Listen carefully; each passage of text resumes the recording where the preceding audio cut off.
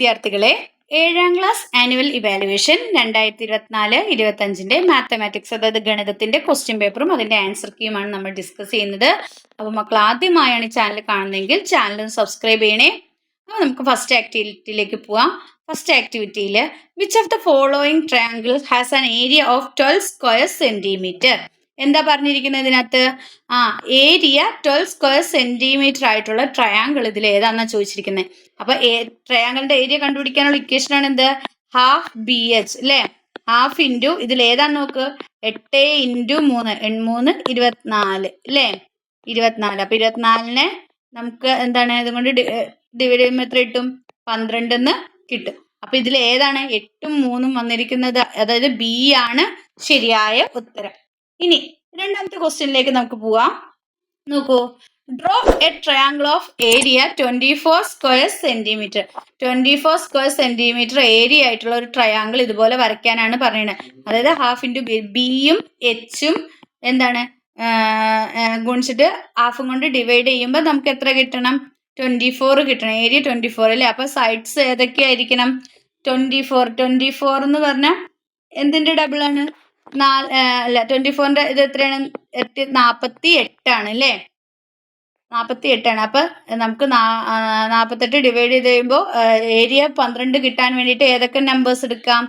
6ഉം 8ഉം എടുക്കാം, 4ഉം 12ഉം എടുക്കാം, അല്ലെങ്കിൽ 8ഉം 6ഉം എടുക്കാം, അല്ലെങ്കിൽ 12ഉം 4ഉം എടുക്കാം. അങ്ങനെ ഏതെങ്കിലും ഒരു സൈഡും ബിയും ഹൈറ്റും എടുത്തിട്ട് നമുക്ക് എന്ത് ചെയ്യാം? ഒരു ട്രയാങ്കിൾ വരയ്ക്കാം.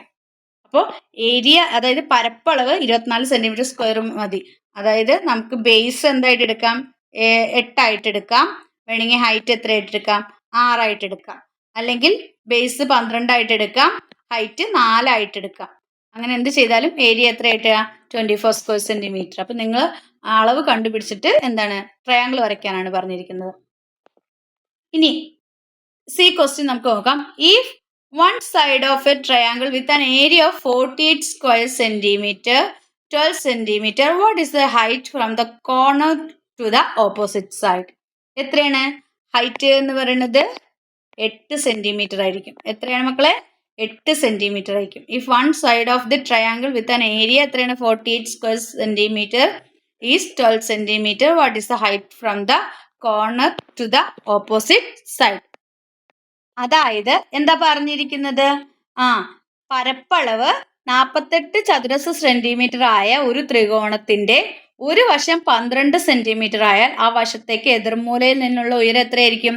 8 സെന്റിമീറ്റർ ആയിരിക്കും. അതാണ് പറഞ്ഞിരിക്കുന്നത്. ഇനി next activity 2. Which of the following is correct? താഴെ പറയുന്നതിൽ കറക്റ്റ് ഏതാണെന്നാണ് ചോദിച്ചിരിക്കുന്നത്. ആദ്യത്തെ സി ആണ് ശരിയായ ഉത്തരം. 33 1/3% is equal to 1/3 part. ഇനി രണ്ടാമത്തെ B question. A washing machine cost 24,000 rupees. ഒരു വാഷിംഗ് മെഷീന്റെ പൈസ എത്രയാണ്? 24,000 രൂപയാണ്. It is sold at A discount of 15%. അത് 15% വിലയിൽ എന്ത് ചെയ്തു? ഡിസ്കൗണ്ടിൽ എന്ത് ചെയ്തു? വിറ്റു. What is the selling price? അങ്ങനെയാണെങ്കിൽ സെല്ല് ചെയ്തപ്പോൾ ഉള്ള പ്രൈസ് എത്രയാണെന്നാ ചോദിച്ചിരിക്കുന്നത്. അത് വിറ്റപ്പോൾ ഉള്ള രൂപ എത്രയായി? വിറ്റ വില എത്രയാണെന്നാ ചോദിച്ചിരിക്കുന്നത്. അപ്പൊ 24,000 ഇൻറ്റു എത്രയാണ്? നമുക്ക് ഡിസ്കൗണ്ട് 15%. അപ്പൊ 100ൽ നിന്ന് 15 ഇത് ചെയ്ത് കഴിഞ്ഞാൽ എത്ര ബാക്കി ഉണ്ടാവുക? 85 ആയിരിക്കും ഉണ്ടാവുക അല്ലെ? 100ൽ നിന്ന് 15 മൈനസ് ചെയ്താൽ ബാക്കി എത്രയാണ്? 85. അപ്പൊ 85 എത്രയാണ്? 100. ഇതില് 0യും 0യും വെട്ടിപ്പോയി. പിന്നെ 240 ഇൻറ്റു 85 ചെയ്യാം. അപ്പൊ നമുക്ക് എത്ര കിട്ടും? 20,400 എന്ന് ആൻസർ കിട്ടും. അപ്പൊ 20,400 രൂപയ്ക്കാണ് എന്ത് അത് വിറ്റത്. ഇനി സി ക്വസ്റ്റ്യൻ നമുക്ക് നോക്കാം. A pressure cooker cost 108 rupees. 1,800 rupees. A pressure cooker cost 1,800 rupees. ഒരു പ്രഷർ കുക്കറിന്റെ വില 1,800 രൂപയാണ്. What is the profit percentage when it sold for 2,160 rupees? നമ്മൾ അതിന് എത്ര രൂപയ്ക്ക് വിൽക്കുന്നു? 2,160 രൂപയ്ക്ക് വിൽക്കുന്നു. അപ്പം ശരിക്കും പ്രഷർ കുക്കറിന്റെ വില എത്രയാണ്? 1,800 രൂപയാണ്. അത് വിൽക്കുന്നത് എത്രയാണ്? 2,160 രൂപയ്ക്കാണ്. What is the profit percentage? അങ്ങനെയാണെങ്കിൽ അതിൻ്റെ ലാഭ ശതമാനം എത്രയാണെന്നാണ്. അതായത് 1800 നമുക്ക് 2160 നിന്ന് എത്രയാണ് 1800 മൈനസ് ചെയ്യുമ്പോൾ നമുക്ക് എത്രയാണ് കിട്ടുക? നമുക്ക് കിട്ടുക 300. അതായത് അയാൾക്ക് 300 രൂപയാണ് എന്ത് കിട്ടുക? ലാഭം കിട്ടുക അല്ലേ? 360. എത്രയാണ് ലാഭം കിട്ടുക? 360 എന്ത് ചെയ്യുക അയാൾക്ക് ലാഭം കിട്ടുക അല്ലേ? അപ്പോൾ ഈ 360ന്റെ ലാഭ ശതമാനം നമ്മൾ എങ്ങനെ കാണും? അതിൻ്റെ 20% ആണ്. എത്രയാണ്? 20%. അതായത് 360 രൂപയാണ് അയാൾക്ക് എന്തുണ്ടാവുക? ലാഭം ഉണ്ടാവുക. അപ്പോൾ അയാൾക്ക് കിട്ടുന്നത് 20% ആയിരിക്കും. പ്രോഫിറ്റ് പെർസെൻറ്റേജ് എന്ന് പറയുന്നത് 20% ആയിരിക്കും. ഇനി ആക്ടിവിറ്റി 3 നോക്കാം. മൂന്നാമത്തെ activity 3. A square of area 15 square centimeter is drawn on one side of a right triangle. Which of the following are the length of the other two sides of this right triangle? എന്താ ചോദിച്ചേക്കണേ? ഒരു മട്ട ത്രികോണത്തിന്റെ ഒരു വശത്തിൽ എന്താണ് 15 ചതുരശ്ര centimetre പരപ്പുള്ള ഒരു സമചതുരം എന്ത് ചെയ്തിരിക്കുന്നു? വരച്ചിരിക്കുന്നു. നിങ്ങൾക്ക് കാണാൻ പറ്റും അല്ലേ? 15 സ്ക്വയർ സെന്റിമീറ്റർ ഉള്ള ഒരു എന്താണ് സമചതുര സ്ക്വയർ വരച്ചിരിക്കുന്നു. ഈ റൈറ്റ് ആംഗിൾ അത് മട്ട ത്രികോണത്തിന്റെ ഈ ട്രയാങ്കിളുടെ മറ്റ് 2 വശങ്ങളുടെ നീളങ്ങൾ താഴെ കൊടുത്തിരിക്കുന്നതിൽ ഏതാണ് എന്നാണ് ചോദിച്ചിരിക്കുന്നത്. ഏതൊക്കെയായിരിക്കും? അങ്ങനെയാണെങ്കിൽ അതിന്റെ വന്നിരിക്കുന്നത് ഏതൊക്കെയായിരിക്കും? 7 സെന്റിമീറ്ററും 8 സെന്റിമീറ്ററും. ആംഗിൾ സി ആണ് ശരിയായ ഉത്തരം. ഇനി ഈ ക്വസ്റ്റ്യൻ നോക്കാം. The area of A square vegetable garden is 256 square meters.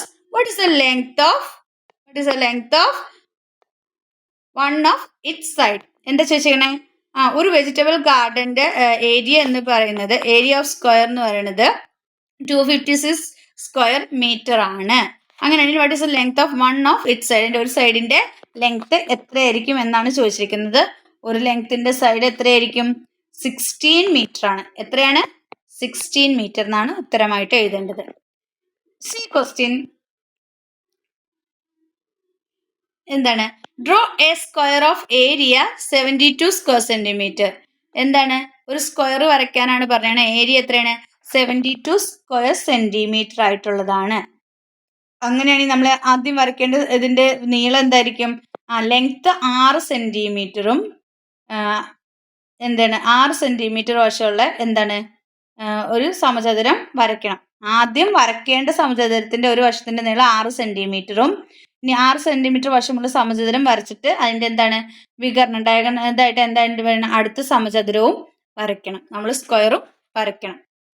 ഇനി ആക്ടിവിറ്റി 4 നോക്കാം. ആക്ടിവിറ്റി 4 ഒരു പാറ്റേൺ തന്നിരിക്കുകയാണ്. കംപ്ലീറ്റ് ദ പാറ്റേൺ പൂർത്തിയാക്കാനാണ് പറഞ്ഞിരിക്കുന്നത്. പാറ്റേൺ പൂർത്തിയാക്കുമ്പോൾ നമുക്കറിയാം എന്താണ് 3, 13, അടുത്ത എത്രയായിരിക്കും? 23, 33, 5, 15, 25, എത്രയാണ്? 35. അടുത്ത 7, 17, 27, 37, 9, 19, 29, 39, 11, 21, 31, 41 അല്ലേ? ഇനി 35, 85, 35, 185. ഇങ്ങനെ പാറ്റേൺ കംപ്ലീറ്റ് ചെയ്യാനാണ് പറഞ്ഞിരിക്കുന്നത്. Next, write the relationship between the sum of the numbers in each row and the numbers in the middle of the row. എന്തായിരിക്കും? എന്തെന്നാ പറഞ്ഞിരിക്കുന്നത്? നടുവിലെ സംഖ്യയുടെ എന്തായിരിക്കും? എന്താ ക്വസ്റ്റ്യൻ ചോദിച്ചിരിക്കുന്നത് ഓരോ വരിയിലെയും സംഖ്യകളുടെ തുകയ്ക്ക് വരിയിലെ നടുക്കുള്ള സംഖ്യയുമായുള്ള ബന്ധം എന്താന്ന് ചോദിച്ചേക്കണേ. അപ്പോൾ ഓരോ വരിയിലെയും സംഖ്യകളുടെ തുകയ്ക്ക് നടുവിലുള്ള തുകയ്ക്ക് വരിയുടെ നടുക്കിലുള്ള സംഖ്യയുമായുള്ള ബന്ധം എഴുതാനാണ് പറഞ്ഞിരിക്കുന്നത്. അപ്പോൾ ബന്ധം എഴുതുമ്പോൾ നമ്മൾ എങ്ങനെ എഴുതും? നമ്മൾ എഴുതേണ്ടത് തുക എന്ന് പറയുന്നത് അല്ലെങ്കിൽ സം എന്ന് പറയുന്നത് നടുവിലെ സംഖ്യയുടെ 5 മടങ്ങാണ്, 5 times ആണ് അല്ലേ? അപ്പൊ നമ്മുടെ നടുവിലെ സംഖ്യയുടെ എന്താണ് 5 times ആയിരിക്കും. ഇതിന്റെ സം എന്ന് പറയുന്നത് നമ്മുടെ എന്താണ് മിഡിലെ നമ്പറിലെ അല്ലേ? എന്താണ് between the sum of the numbers in each row is the number in the middle of the row is എന്തായിരിക്കും? 5 times ആയിരിക്കും. അതായത് തുക നടുവിലെ സംഖ്യയുടെ 5 മടങ്ങ് ആയിരിക്കും എന്നാണ് എഴുതേണ്ടത്.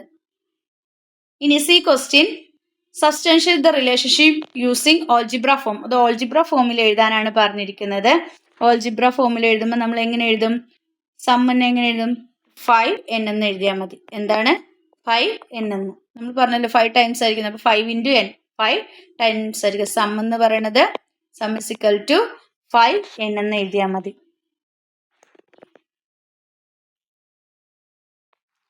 ഇനി activity 5. A square is divided into identical rectangles. A square is divided into a സ്ക്വയറിനെ ഒരു ഐഡന്റിക്കൽ റെക്ടാങ്കിൾസ് എല്ലാം അല്ലേ ഒരേപോലെയുള്ളതാണ് ഐഡന്റിക്കൽ റെക്ടാങ്കിൾസ്. ഒരേപോലെയുള്ള സമചതുരങ്ങളായിട്ട് എന്ത് ചെയ്തിരിക്കുന്നു? സമചതുരമല്ല, ചതുരങ്ങളായിട്ട് എന്ത് ചെയ്തിരിക്കുന്നു? ഡിവൈഡ് ചെയ്തിരിക്കുന്നു. Square is divide in two identical rectangles. What part of the large square is a small rectangle in the picture? എന്താ ചോദിച്ചിരിക്കുന്നത്? What part of the larger square? Larger സ്ക്വയറിന്റെ പാർട്ട് ഏതാണ്? Is a small rectangle in the picture. എത്രയായിരിക്കും? അതായത് ചിത്രത്തിൽ ഒരു ചെറിയ ചതുരം വലിയ സമചതുരത്തിന്റെ എത്ര ഭാഗമാണെന്നാണ് ചോദിച്ചിരിക്കുന്നത്. ചിത്രത്തിലെ ചെറിയ ചതുരം വലിയ സമചതുരത്തിന്റെ എത്ര ഭാഗമാണ് എന്നാണ് ചോദിച്ചിരിക്കുന്നത്. എത്ര ഭാഗമാണ്? നമ്മൾ എത്ര ഭാഗമായിരിക്കും? 1 എത്രയായിരിക്കും? 15. 1 2 3 4 5 6 7 8 9 10 11 12 13 14 15 അല്ലേ? അപ്പൊ എങ്ങനെ എഴുതേണ്ടത്? 1/15 എന്ന് എഴുതണം. 1/15 എഴുതണം. ഇനി what part of the square is shade? Shade ചെയ്തതോ 1 2 3 4 5 അല്ലേ? അപ്പൊ 5/15 എന്ന് എഴുതാം. അല്ലെങ്കിൽ ഇതിനെ ചുരുക്കിയിട്ട് 1/3 എന്നും എഴുതാം. ഇനി what is the area of the shaded part? Shade ചെയ്ത പാർട്ടിന്റെ ഏരിയ എത്രയാണെന്ന് ചോദിച്ചാൽ what is the area of the shaded part എന്നാണ് ചോദിച്ചിരിക്കുന്നത്. ഏരിയ കാണാനാണ് പറഞ്ഞിരിക്കുന്നത്. അപ്പൊ നമുക്ക് എങ്ങനെ എഴുതാം? 2 × 2 എന്ന് എഴുതാം. 2 × 2 എത്രയാണ്? 5/15 അല്ലെങ്കിൽ 1/3 ഇട്ടാലും മതി കേട്ടോ. 5/15 2 × 2 × 5/15. അപ്പൊ നമുക്ക് എന്തെന്ന് കിട്ടും? 4/3 എന്ന് കിട്ടും. 4/3 സെന്റിമീറ്റർ സ്ക്വയറിന് അല്ലെങ്കിൽ എന്താണ് 1/3 സെന്റിമീറ്റർ സ്ക്വയർ എന്ന് എഴുതാം. അപ്പോൾ എന്താണ് ആൻസർ എഴുതേണ്ടത്? 4/3 അല്ലെങ്കിൽ 1/3. ഇതിനെ 5/15 എന്ന് എഴുതാം, അല്ലെങ്കിൽ 2 × 2 × 1/3 എന്നും എഴുതാം. ആക്ടിവിറ്റി 6 നോക്കാം. Which is equal to 144? 144ന് ഈക്വൽ ആയിട്ടുള്ളത് ഏത്? ആൻസർ ബി ആണ് ശരി. 2⁴ × 3⁴ ആണ്. അതായത് 2 × 2 × 2 × 2 എത്രയാണ്? 3 × 3. ഇത് ചെയ്യുമ്പോഴാണ് നമുക്ക് അത് 144 ആണ്. അപ്പോൾ 144ന് ഈക്വൽ ആയിട്ടുള്ളത് ഏതാണ്? 2⁴ × 3⁴ ആണ്. How many factors are there for 6⁻² × 3⁻²? 6⁻² × 3⁻²ന് എത്ര ഫാക്ടേഴ്സ് ഉണ്ട്? 15 ഫാക്ടേഴ്സ് ആണ് ഉള്ളത്. The common factors of 225 and 275. 225ന്റെയും 275ന്റെയും common factors ഏതൊക്കെയാണെന്നാണ് ചോദിച്ചിരിക്കുന്നത്. കോമൺ ഫാക്ടർ പൊതുഘടകങ്ങൾ ഏതൊക്കെയാണെന്നാണ് ചോദിച്ചിരിക്കുന്നത്. പൊതുഘടകങ്ങൾ 1 5 25 1 5 25. ഇനി activity 7. The width and height of a rectangle with perimeter 60 cm are in the ratio 2:1. എന്താ പറഞ്ഞേക്കണേ? ഇവിടെ റെക്ടാങ്കിളിന്റെ എന്താണ് പെരിമീറ്റർ 60 cm ആണ്. അതിന്റെ റേഷ്യോ എന്ന് പറയുന്നത് ലെങ്ത്തിന്റെ വിത്തിന്റെ റേഷ്യോ എന്ന് പറയുന്നത് 2:1 ആണ്. സോറി, വിത്തിന്റെയും ഹൈറ്റിന്റെയും റേഷ്യോ എന്ന് പറയുന്നത് 2:1 ആണ്. And calculate the with and height of the rectangle. എന്താണ്? റെക്ടാങ്കിളിന്റെ ഹൈറ്റും വിഡ്ത്തും കാൽക്കുലേറ്റ് ചെയ്യാനാണ് പറയുന്നത്. ഇവിടെ 2:1 എന്ന് പറഞ്ഞു കഴിഞ്ഞാൽ നമുക്ക് സമ്മ് എന്ന് എന്തായിരിക്കും? 2:1 എന്ന് റേഷ്യോ വന്നെങ്കിൽ നമുക്ക് ഇത് രണ്ടും അല്ലേ? പെരിമീറ്റർ 60 എന്നുണ്ട്. അപ്പോൾ ഇതിന്റെ പകുതി 30 കിട്ടും. 20 + 10 ചെയ്താൽ നമുക്ക് എന്ത് കിട്ടും? 30 കിട്ടും. പെരിമീറ്റർ 60 ആന്ന് പറഞ്ഞല്ലോ. അപ്പോൾ 20 + 10 എന്ന് പറയുന്നത് എത്രയായിരിക്കും? 30 ആയിരിക്കും. അപ്പോൾ അതിന്റെ റേഷ്യോ കണ്ടുപിടിക്കാൻ എന്താണ്? 20:10 എന്ന് പറഞ്ഞാൽ 0 യും 0 യും വെട്ടിപ്പോയി 2:1. അപ്പൊ നമ്മുടെ വിഡ്ത്ത് എന്ന് പറയുന്നത് എത്രയായിരിക്കും? 20 ആയിരിക്കും. ഹൈറ്റ് എന്ന് പറയുന്നത് എത്രയായിരിക്കും മക്കളെ?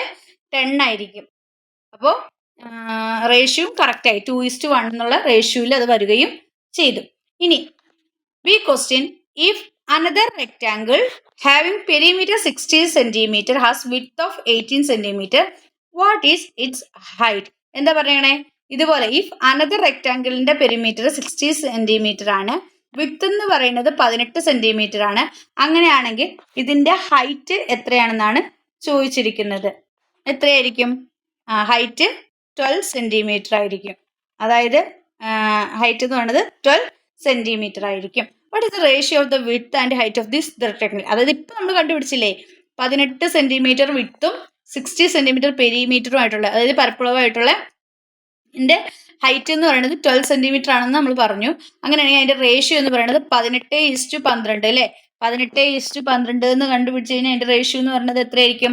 3:2 ആയിരിക്കും. 3:2 ആയിരിക്കും അതിന്റെ റേഷ്യോ എന്ന് പറയുന്നത്. നോക്കൂ മക്കളെ, activity 8. The figure shows information about the hobbies of students in a class. ഒരു ക്ലാസ്സിലെ കുട്ടികളുടെ ഹോബീസിനെ കുറിച്ചുള്ള ഒരു ഇൻഫർമേഷൻ അടങ്ങിയ ഒരു ഗ്രാഫാണ് നമുക്ക് തന്നിട്ടുള്ളത്. നോക്ക്, ഇതിന്റെ താഴെ ക്വസ്റ്റ്യൻസ് കുറച്ച് ചോദിച്ചിട്ടുണ്ട്. ഈ ഗ്രാഫ് ബേസ് ചെയ്തിട്ടുള്ള, ഈ ഡയഗ്രാം ബേസ് ചെയ്തിട്ട്, ഈ ഫിഗർ ബേസ് ചെയ്തിട്ട് കുറച്ച് ക്വസ്റ്റ്യൻസ് ചോദിച്ചിട്ടുണ്ട്. ക്വസ്റ്റ്യൻസ് നമുക്കൊന്ന് നോക്കാം. Which hobby do children like the most? ഇതിൽ ഏറ്റവും കൂടുതൽ കുട്ടികൾ ചെയ്യാൻ ഇഷ്ടപ്പെടുന്ന ഹോബി ഏതാണ്? ഏറ്റവും കൂടുതൽ ഏതാണ്?